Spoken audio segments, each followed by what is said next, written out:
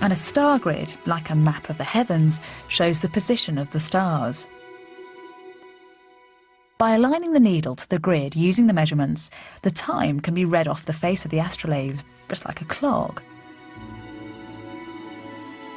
The astrolabe enabled nighttime navigation, which helped to advance sea travel, and this in turn set the stage for the coming era of worldwide exploration and discovery. Cordoban scientists were streets ahead of the rest of Europe, especially when it came to medicine.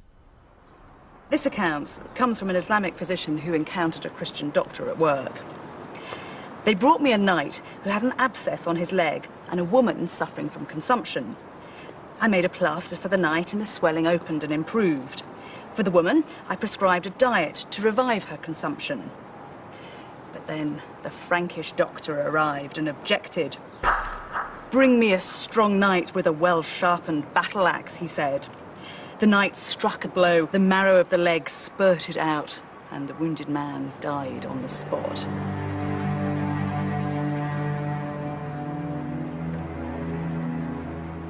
As for the woman, their doctor affirmed the devil must have entered her head. Then he grasped a razor and cut an incision in the shape of a cross, exposing the bone of the skull and rubbing salt into the wound. The woman died in the instant. I returned home, having learnt much about the medicine of the Christians. The hospitals of Cordoba were performing operations which wouldn't be seen in the rest of Europe for hundreds of years. The city's most famous surgeon was a man called Abu Qasis. He spent 40 years compiling a hugely influential medical compendium. Chapter 30 dealt with surgery, and these are just some of the instruments that were illustrated in that chapter. This is a specialist device used by eye surgeons for the relief of hypertension.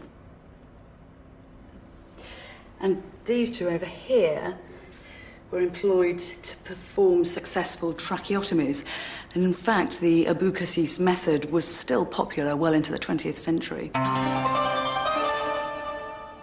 As well as large scientific collections, more everyday documents have survived from Islamic Cordoba. These give a detailed insight to the society that was created here. What kinds of things are being recorded on these bits of paper? In this document there was written everything, absolutely everything. So does that mean that people in the lower classes of society could read? Yes, there are poor people with a very good education. The education is a way to be a better Muslim. So being a better Muslim means that you know the Quran and you know everything of the law. The law is not a king law. It is the God law. Divine law. Divine law. Have you got any physical examples of these documents? Yes, I have one. Well, it is a contract about plowing the land.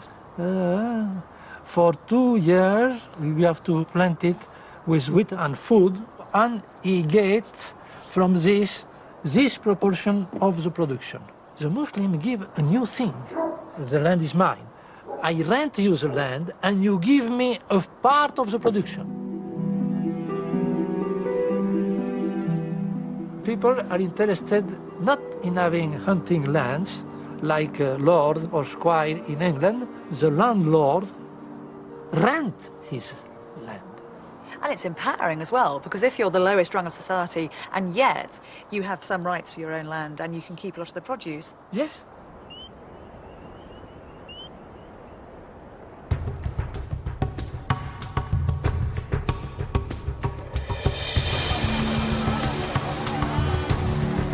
Every piece of evidence from Cordoba adds to the picture of a civilized and highly sophisticated city. It had medical centres, an organised legal system, and libraries full of academics and scientists working on ideas which were light years ahead of anything else in Europe. By the 10th century, Cordoba had become the official capital of Al-Andalus. People flocked here to work, either in the city's shops and markets or on rented land outside. In the year 912, a new ruler came to power. He was to take Cordoba to even greater heights. Abd al-Rahman III was only 21 when he became ruler of Cordoba. With a resounding statement of self-confidence, he declared himself the Caliph, the commander-in-chief of the faithful. With that title, he claimed to be the supreme leader of the Islamic world. At a stroke, he repositioned Muslim Spain, so it was no longer a Western outpost, but instead a key power in Islam. And to complement his role as Caliph, Abd al-Rahman III built himself one of the biggest royal palaces in the world.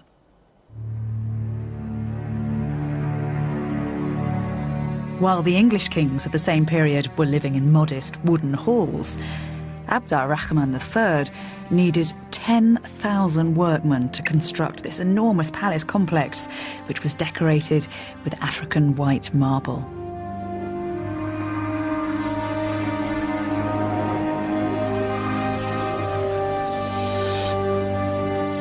The alabaster palace, surrounded by acres of date palms, was described as a concubine lying in the arms of a black eunuch. It was called Medina al-Zahra, after the Caliph's favourite. Archaeologists have reconstructed barely 10% of the original site. The idea here is that the Caliph dominates. What he's really doing with the landscape is demonstrating that Medina al-Zahra is the strongest territory in the peninsula.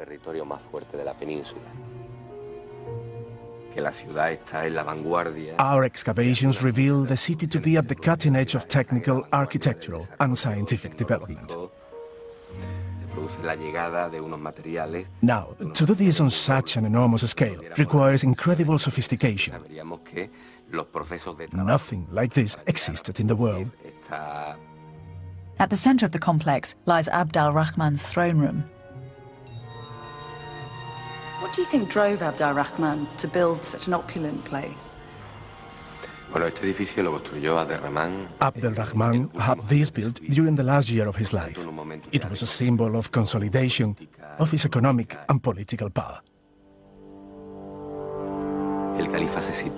Seated in this throne, the Caliph must have felt himself master of all Al-Andalus's destiny.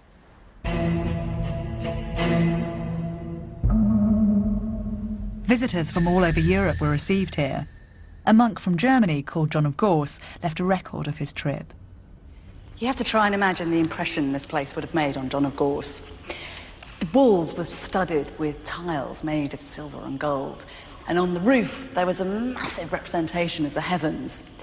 Mechanical lions roared in the corridors, and in the rafters there were mechanical birds that twittered away. Here in the centre of the room, there were two bowls filled with mercury that would catch the light and then send it shattering back out to dazzle the visitors. This is what was written about the climax of his visit. When John arrived at the dais where the Caliph was seated alone, almost like a godhead, he saw everything draped with rare and costly coverings. They do not use thrones or chairs as other people do, but recline on divans or couches when conversing or eating, their legs crossed over one another. There is actually one detail that this account misses out. The Caliph did have a throne, a mechanical throne that raised and then descended as if he was levitating among his subjects. A refined court culture developed in the palace of Medina al-Zahra, and this was to have an unexpected influence on the rest of Europe. What would the soundscapes of the palaces have been in the 10th century? Perhaps the most basic level would be the sounds of all the different fountains and small running currents, artificial rivers running from room to room. On top of that, we could have heard layer upon layer of different types of music and singing. A variety of different professional instrumentalists. We could easily have heard a lute player sitting in a corner or in any of the various different entryways.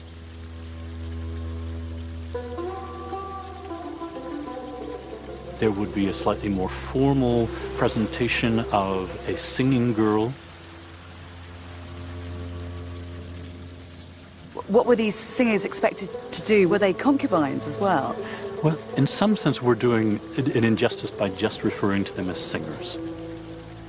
These women were entertainers at every level. They had to be able to converse. They had to be able to discuss intelligent subjects. They had to be able to compose poetry, recite poetry. For Arabs, poetry is the single most important art of their culture. If we look at a picture of the entire world, there are only 3 cultures that we know of that had developed end rhyme by the 7th century: China, India, and the Arabs. This early Arabic love poetry directly influenced the development of literature in the rest of Europe. One of the primary characteristics of this poetry is a constant focus on the feelings of the lover. The poet is always complaining of the pangs of love and the distance of the beloved, and we, quite frankly, almost never hear from the beloved. Love is a welcome malady.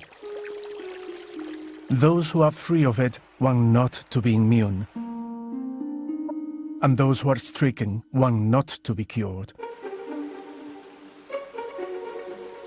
The pain of separation and unrequited love are concepts that are very familiar to us.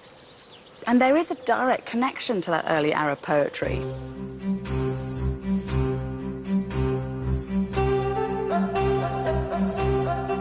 In England, some of our earliest and most enduring stories are romantic tales of knights and damsels, a courtly love tradition brought here by travelling French poets called troubadours.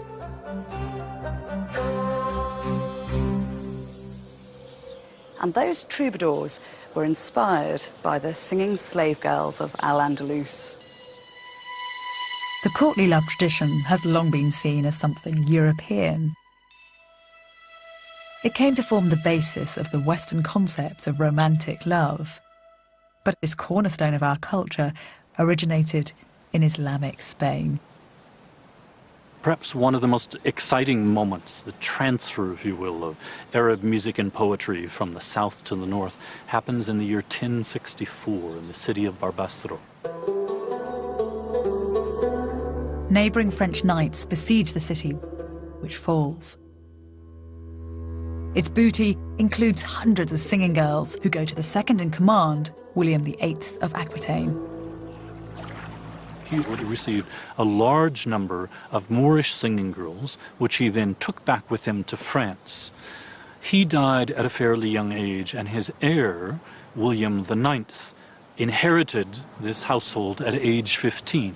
And William IX is known to us in literary history as the first troubadour. So it's almost positive that William IX would not only have grown up as a child in a household in which there were Arab singing girls, but at the age of 15, he actually became their master.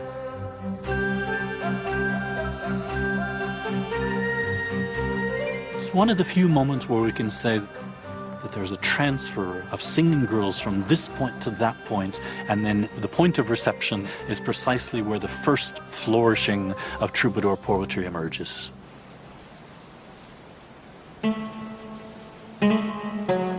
But the glorious court of Medina al-Zahra was not to last forever. Within the palace were sown the very seeds of its destruction.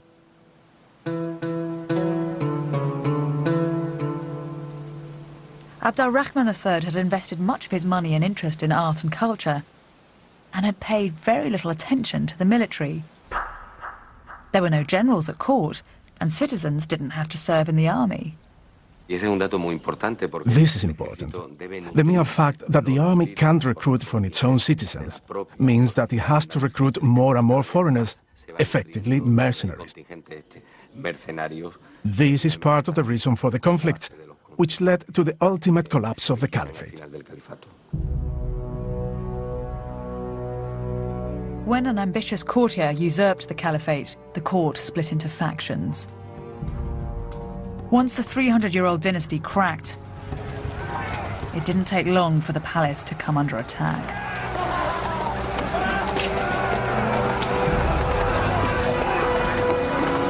Medina al-Zahra was quickly smashed and plundered.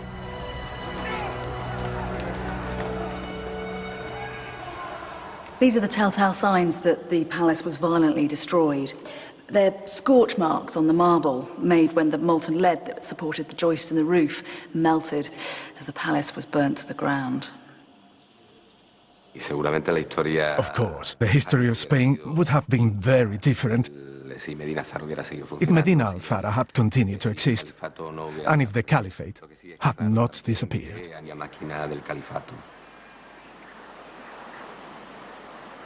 Rahman III's unique dynasty had come to a terrible end. And in the north of the country, another religious power was eyeing up the rich lands of Al-Andalus. Its name was Christendom.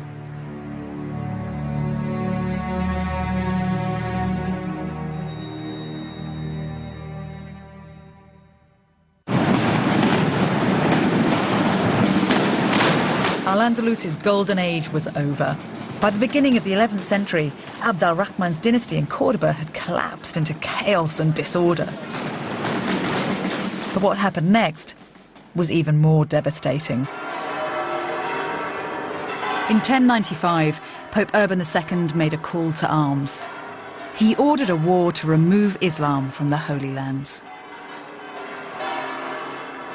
Pope Urban's speech is agitprop at its finest.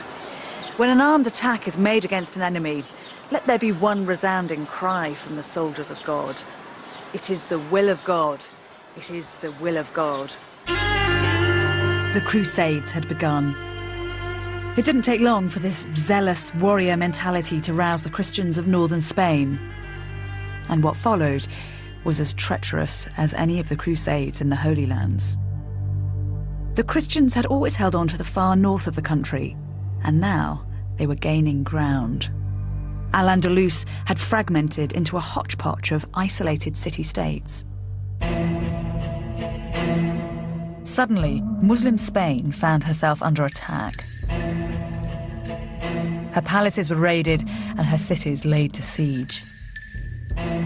Between the 11th and the 13th centuries, an army of Christian kings took over the lands of Al-Andalus. Every year, this conflict is reenacted in towns across Spain. Cristianos. This, the victor's version of history, glamorizes what was actually a dishonorable and dirty war. When the Christian comes, they break everything. They come in summer when the wheat is almost dry. They put it fire. After that, they cut the trees. The agriculture of Al-Andalus was very sophisticated. The more sophisticated is something, the more fragile it is. So the more easy it is to break it. Irrigation. If you break a canal, there's no more water. So for some years, people are starving. So it's a scorched earth policy. Yes. Soon, a brutal system of protection rackets emerged. There is an alternative. You pay me, I don't destroy. I don't burn your house. How much do you give me? I don't cut your trees. How much do you give me? This one. It is a way of the mafia in Chicago. For 1 century, all the 11th century, all the Christian Spain lives at expense of Muslim Spain. One by one, the fragmented city-states of Al-Andalus were terrorized. Their solution was to fight fire with fire by bringing in troops from Morocco. This is the capital from the top of the column in Cordoba. It's a buzzing little scene. You've got 4 musicians, 2 who are playing pipes and 2 who are playing the lute. But at some point, the faces of the musicians have been smashed in. This wasn't perpetrated by Christian raiders, but by the new Muslim power who had come to help Al-Andalus.